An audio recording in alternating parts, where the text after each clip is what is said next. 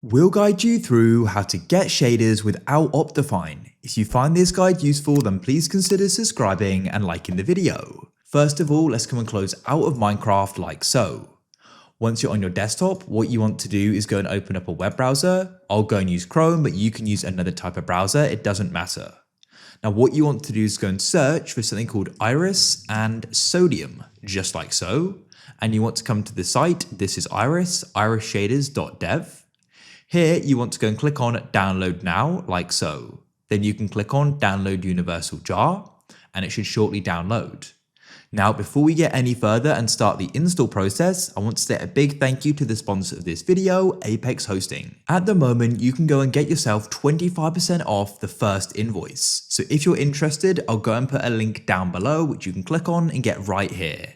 They've got so many awesome benefits as well, like one-click install mod packs, DDoS protection to keep your server safe, 24/7 servers and support so you can go and get 24/7 live chat, which is super useful, instant setup and much more as well. If you're interested, there'll be a link down below. But now to continue with the guide that we've got Iris shaders, because this is to go and run the shader pack, we now need to actually get shaders. So open a new tab and you want to go to a site called CurseForge and come to curseforge.com.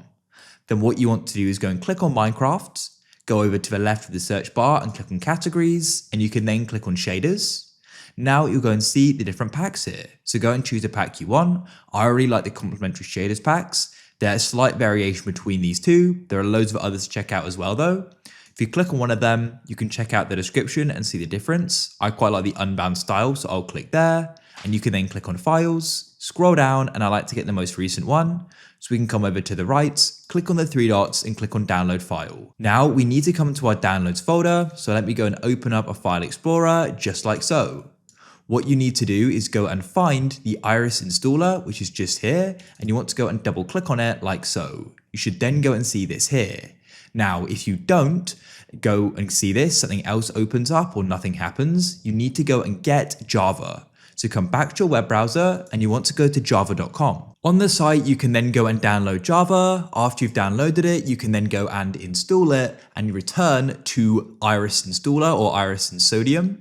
Right click on it, hover over open with, and you want to click on choose another app, select Java and click on always. Then you want to go and select the game version. I just go and get the most up-to-date one. I'll just have Iris only and then click install. Now it shouldn't go and take too long. As you can see, it's already done. So you can then close out of it. And now you need to go and open up Minecraft. So you can search for it at the bottom and it should shortly load. What you need to do is go to the left of the play button and there you can go and select Iris and Sodium like that. And what you can then do is go and click on play. Understand that you are playing a modified version of Minecraft. Here we are, it's now gone and loaded. You'll see in the bottom left, it goes and says modded. And then what you can do is go and click on options and you want to click on video settings. Things here will go and look a little different. And what you can do is go and click on shader packs at the top. And now what we can do is go and add in the packs. So click on open shader packs folder.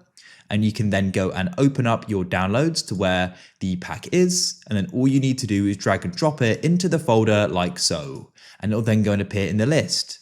You can then go and select it. And what you want to do is go and click on apply. As you can see, it's now highlighted, press done and done again. And now we can get into a world. Here we are and it looks absolutely insane. And we're doing this without using OptiFine.